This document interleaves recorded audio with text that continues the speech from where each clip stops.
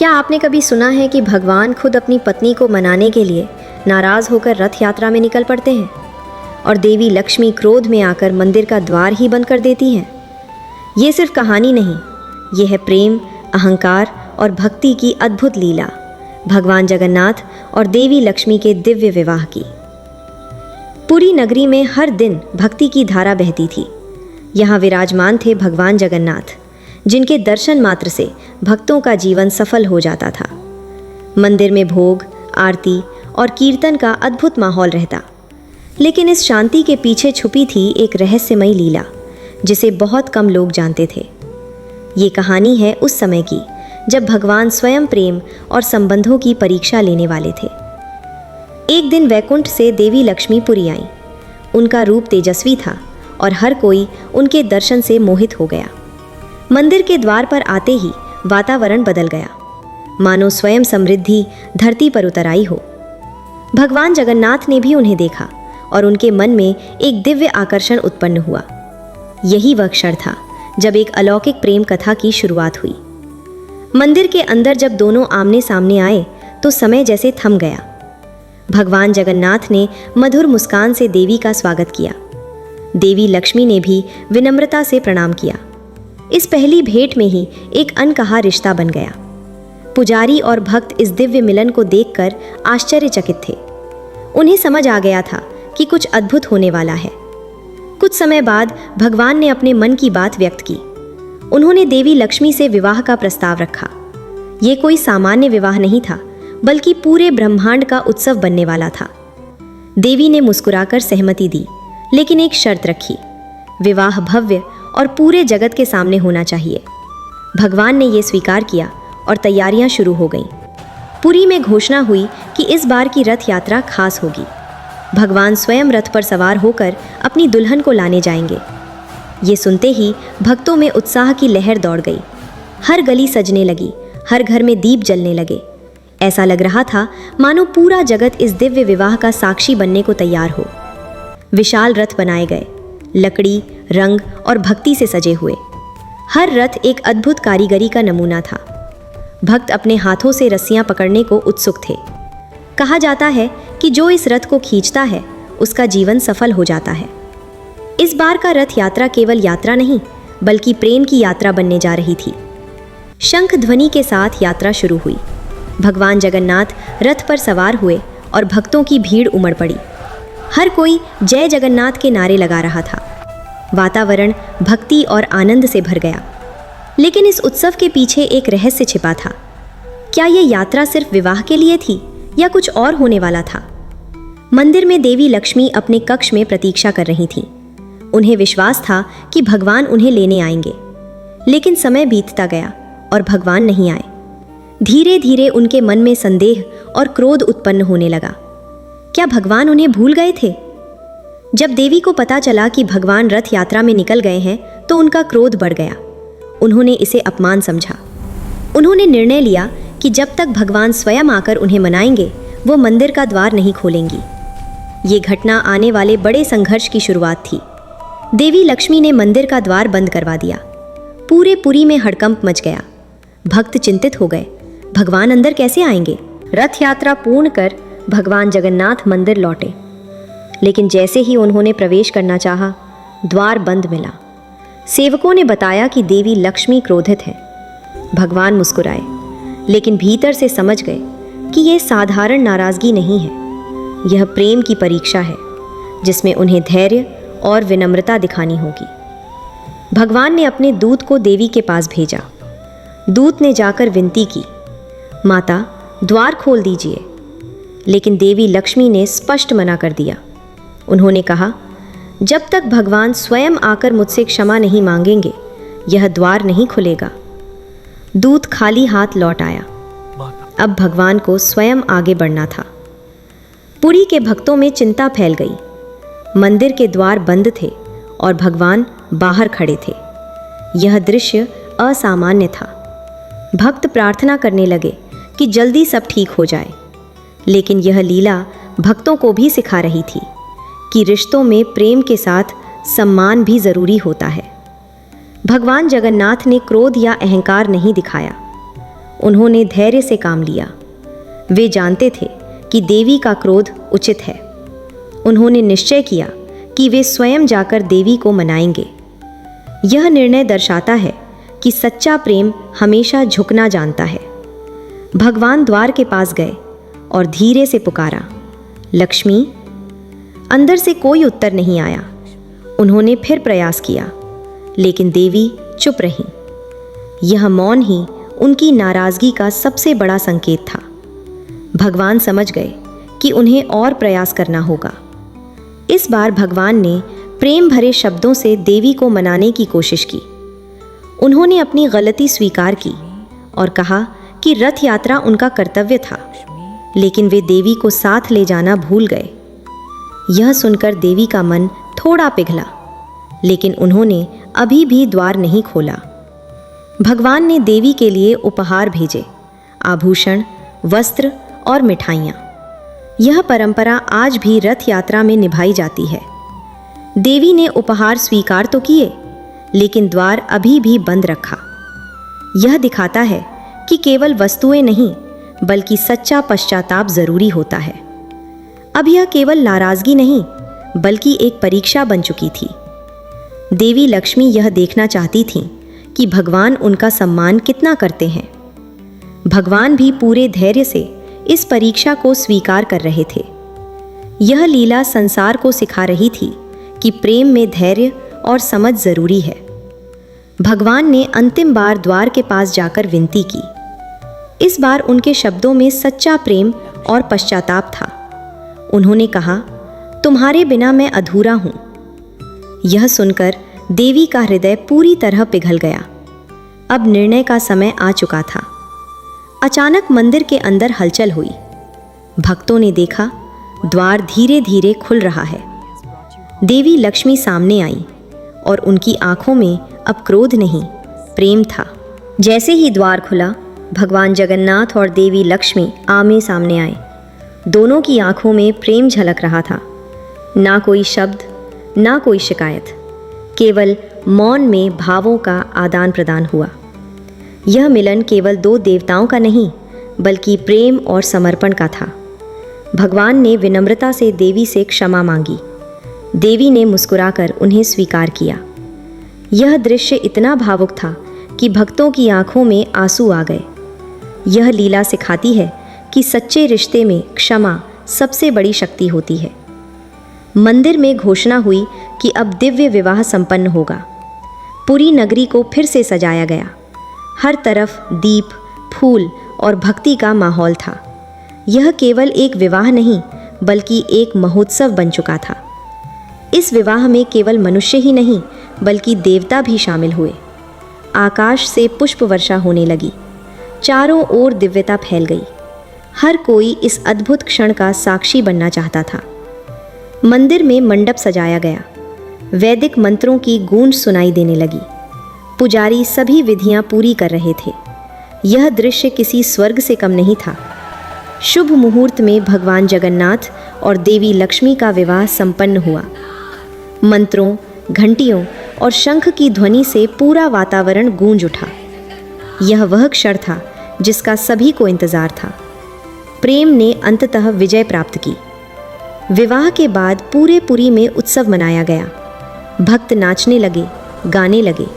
हर घर में मिठाइयाँ बांटी गईं। यह खुशी का ऐसा माहौल था जो शब्दों में व्यक्त नहीं किया जा सकता।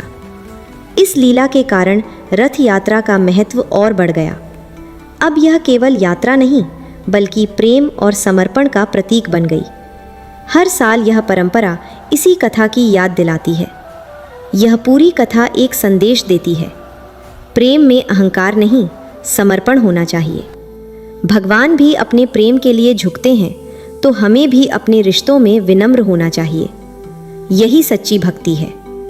इस प्रकार भगवान जगन्नाथ और देवी लक्ष्मी की यह दिव्य कथा अमर हो गई। यह केवल एक कहानी नहीं, बल्कि जीवन का मार्गदर्शन है। आज भी जब रथ यात्रा होती है, तो यह लीला फिर से जीवित हो उठती है। पुरी की पवित्र सुबह। पुरी की पवित्र भूमि पर सूरज की पहली किरण जैसे ही जगन्नाथ मंदिर के शिखर पर पड़ी, घंटियों की मधुर ध्वनि गूंज उठी। भक्तों की भीड़ मंदिर के द्वार पर उमड़ रही थी। हर कोई प्रभु के दर्शन के लिए व्याकुल था। पुजारी बड़े प्रेम से भगवान को भोग चढ़ाने की तैयारी कर रहे थे। सब कुछ सामान्य था, पर किसी को अंदाजा नहीं था कि उसी दिन एक ऐसी घटना होने वाली है जिसे लोग वर्षों तक याद रखने वाले थे। मंदिर से कुछ दूर एक छोटा सा झोपड़ी जैसा घर था। वहां रहता था एक गरीब भक्त जिसका नाम माधव था। उसके पास धन नहीं था, पर भगवान के प्रति उसका प्रेम सच्चा था। हर सुबह वह थोड़ा सा माखन बनाकर भगवान को अर्पित करता। वह कहता, प्रभु मेरे पास सोना चांदी नहीं है, बस यह माखन है। उसकी पत्नी कभी कभी चिंता करती, पर माधव का विश्वास अटूट था कि भगवान प्रेम देखते हैं। उस दिन माधव की पत्नी ने बहुत मेहनत से ताज़ा माखन तैयार किया। मिट्टी के छोटे से मटके में सफ़ेद माखन चमक रहा था। उसकी खुशबू पूरे घर में फैल गई। माधव ने उसे बड़े प्रेम से भगवान को अर्पित करने के लिए रखा।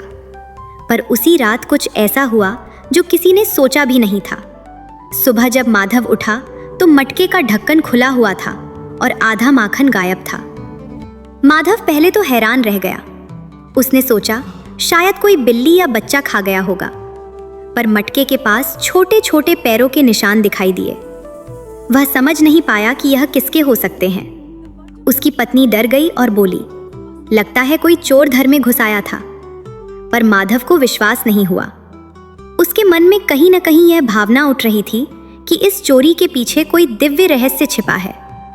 कुछ ही दिनों में पूरी नगर में यह खबर फैल गई कि माधव के घर से बार बार माखन चोरी हो रहा है। लोग तरह तरह की बातें करने लगे। कोई कहता यह कोई चालाक चोर है, तो कोई इसे भगवान की लीला बताता। कुछ लोग माधव का मजाक उड़ाने लगे, पर माधव को भीतर से लगता था कि यह साधारण घटना नहीं है। वह हर रात जागकर देखने का निश्चय करने लगा। उस रात माधव ने माखन का मटका फिर से रखा और खुद कोने में छिपकर बैठ गया। उसका दिल तेजी से धड़क रहा था। आधी रात का समय हुआ। अचानक झोपड़ी में हल्की सी रोशनी फैल गई। माधव ने देखा कि दरवाजा अपने आप खुल गया है। उसके पैरों की आहट भी नहीं हुई। वह सांस रोककर उस अद्भुत दृश्य को देखने लगा जो उसके जीवन की सबसे बड़ी घटना बनने वाला था। माधव की आंखों के सामने एक सुंदर बालक प्रकट हुआ। उसकी आंखों में दिव्य चमक थी और चेहरे पर मुस्कान। वह सीधे माखन के मटके के पास गया और माखन खाने लगा। माधव आश्चर्य से भर गया। वह बालक साधारण नहीं लग रहा था। उसकी चाल और मुस्कान में कुछ ऐसा था जो दिल को छू ले। माधव समझ नहीं पा रहा था कि वह सपना देख रहा है या सच में कोई दिव्य लीला हो रही है। माधव ने हिम्मत करके उस बालक को पुकारा। जैसे ही बालक ने मुड़कर देखा, उसके चेहरे पर वही दिव्य तेज चमक उठा जो मंदिर की मूर्ति में दिखाई देता था। माधव की आंखों से आंसू निकल पड़े।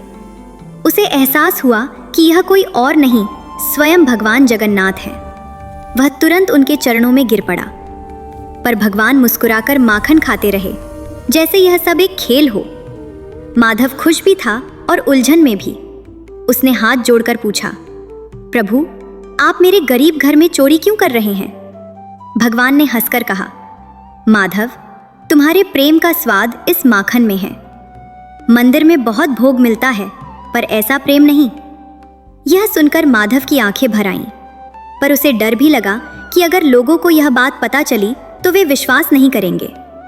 अगली सुबह पुरी में फिर चर्चा फैल गई कि माधव के घर से माखन चोरी हुआ है। इस बार बात मंदिर के पुजारियों और राजा तक पहुंच गई। कुछ लोगों ने कहा कि माधव झूठ बोलकर प्रसिद्ध होना चाहता है। राजा ने जांच करने का आदेश दिया। अब माधव मुश्किल में फंस गया था। सबने अलग अलग राय दी। कोई बोला माधव झूठ बोल रहा है, कोई बोला यह भगवान की लीला भी हो सकती है। अंत में राजा ने कहा सच का पता लगाना जरूरी है। उन्होंने सैनिकों को आदेश दिया कि रात में माधव के घर के पास पहरा दिया जाए। माधव को जब पता चला कि राजा ने जांच का आदेश दिया है तो वह घबरा गया। उसे डर था कि कहीं भगवान की लीला का मजाक न बन जाए। उसकी पत्नी भी चिंता में पड़ गई। उसने कहा अगर कुछ नहीं हुआ तो लोग हमें झूठा समझेंगे। पर माधव के मन में विश्वास था कि प्रभु कभी अपने भक्त को अकेला नहीं छोड़ते। उसने भगवान के सामने हाथ जोड़कर प्रार्थना की, प्रभु अब आपकी ही मर्जी से सब होगा। उस रात सैनिक और कुछ पुजारी माधव के घर के आसपास छिपकर बैठ गए। सबकी नज़र उस छोटे से माखन के मटके पर थी जो माधव ने भगवान के लिए रखा था। रात धीरे धीरे गहरी होती जा रही थी। चारों तरफ सन्नाटा छा गया। पहरेदार सोच रहे थे कि आज चोर जरूर पकड़ा जाएगा। किसी को अंदाजा नहीं था कि जो होने वाला है वह साधारण चोरी नहीं बल्कि दिव्य लीला होगी। आधी रात के करीब अचानक हवा में एक अजीब सी सुगंध फैलने लगी। झोपड़ी के अंदर हल्की सी दिव्य रोशनी दिखाई दी। पहरेदार चौंक गए। तभी दरवाजा अपने आप खुल गया। अंदर एक सुंदर बालक प्रवेश करता दिखाई दिया। उसके चेहरे पर मुस्कान और आंखों में अद्भुत चमक थी। वह धीरे धीरे माखन के मटके के पास गया और बड़े प्रेम से माखन खाने लगा। सैनिक यह दृश्य देखकर दंग रह गए। उन्हें समझ नहीं आया कि यह साधारण बालक है या कोई दिव्य शक्ति। वे धीरे धीरे आगे बढ़े ताकि उसे पकड़ सकें। पर जैसे ही वे पास पहुंचे, अचानक झोपड़ी के अंदर तेज प्रकाश फैल गया। सैनिकों की आंखें चौंधिया गईं। जब रोशनी थोड़ी कम हुई तो देखा माखन का मटका खाली था, पर वह बालक कहीं दिखाई नहीं दे रहा था। अगली सुबह ये खबर पूरे पुरी में फैल गई। सैनिकों ने राजा को सब कुछ बताया। राजा भी हैरान रह गए। उन्होंने तुरंत मंदिर के पुजारियों को बुलाया। जब मंदिर का द्वार खोला गया तो सब स्तब्ध रह गए। भगवान जगन्नाथ की मूर्ति के होठों पर सफेद माखन लगा हुआ था। अब लोगों को माधव की बात पर विश्वास होने लगा। जो लोग पहले उसका मजाक उड़ाते थे वही अब उसकी भक्ति की प्रशंसा करने लगे। राजा स्वयं माधव के घर आए और उससे क्षमा मांगी। उन्होंने कहा, तुम्हारा प्रेम सच्चा है, इसलिए भगवान तुम्हारे घर आते हैं। ये सुनकर माधव की आंखों में आंसू आ गए। उसने कहा, ये सब प्रभु की कृपा है, मैं तो सिर्फ उनका सेवक हूँ। उस रात माधव ने फिर से माखन रखा, पर इस बार उसके मन में डर नहीं बल्कि खुशी थी। आधी रात को वही दिव्य बालक फिर आया। इस बार माधव छिपा नहीं बल्कि सामने खड़ा रहा। भगवान ने मुस्कुराते हुए कहा, माधव, आज तुम खुश हो? माधव ने हाथ जोड़कर कहा, प्रभु, मेरे लिए इससे बड़ा सौभाग्य क्या होगा कि आप मेरे घर आते हैं। भगवान ने माधव से कहा, इस संसार में लोग धन और वैभव से मुझे खुश करने की कोशिश करते हैं, पर मुझे सबसे ज्यादा प्रिय सच्चा प्रेम है। ये सुनकर माधव का हृदय भावुक हो उठा। भगवान ने उसे आशीर्वाद दिया और कहा कि उसकी भक्ति की कहानी लोगों को सिखाएगी कि सच्चे मन से किया गया प्रेम सबसे बड़ा भोग होता है। पर भगवान की ये लीला अभी समाप्त नहीं हुई थी। कुछ लोगों को अब भी विश्वास नहीं हो रहा था। वे सोचने लगे कि ये सब कोई चाल भी हो सकती है। उन्होंने राजा से कहा कि एक आखिरी परीक्षा ली जाए। अब तय हुआ कि अगली रात माखन मंदिर में रखा जाएगा। अगर भगवान सच में माखन खाने आते हैं तो ये रहस्य हमेशा के लिए खुल जाएगा। राजा ने आदेश दिया कि उस रात मंदिर के गर्भगृह के सामने ताज़ा माखन का मटका रखा जाए। पुजारियों ने बड़े विधि विधान से माखन तैयार किया। पूरा मंदिर सुगंध से भर गया। सैनिकों को चारों ओर पहरा देने के लिए खड़ा कर दिया गया। किसी को अंदर आने की अनुमति नहीं थी। सबको लग रहा था कि आज इस रहस्य का अंत हो जाएगा। माधव भी वहीं खड़ा था। उसका दिल जोर जोर से धड़क रहा था। रात गहराती चली गई। मंदिर के विशाल प्रांगण में अजीब सा सन्नाटा छा गया। केवल दीपकों की लौ हिल रही थी और दूर समुद्र की लहरों की आवाज सुनाई दे रही थी। सैनिक सतर्क खड़े थे। पुजारी मंत्र जप कर रहे थे। राजा भी स्वयं उस दृश्य को देख रहे थे।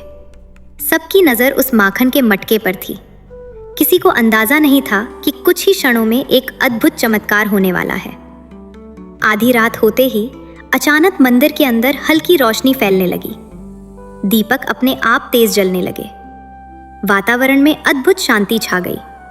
तभी भगवान जगन्नाथ की मूर्ति से जैसे एक दिव्य आभा निकलने लगी।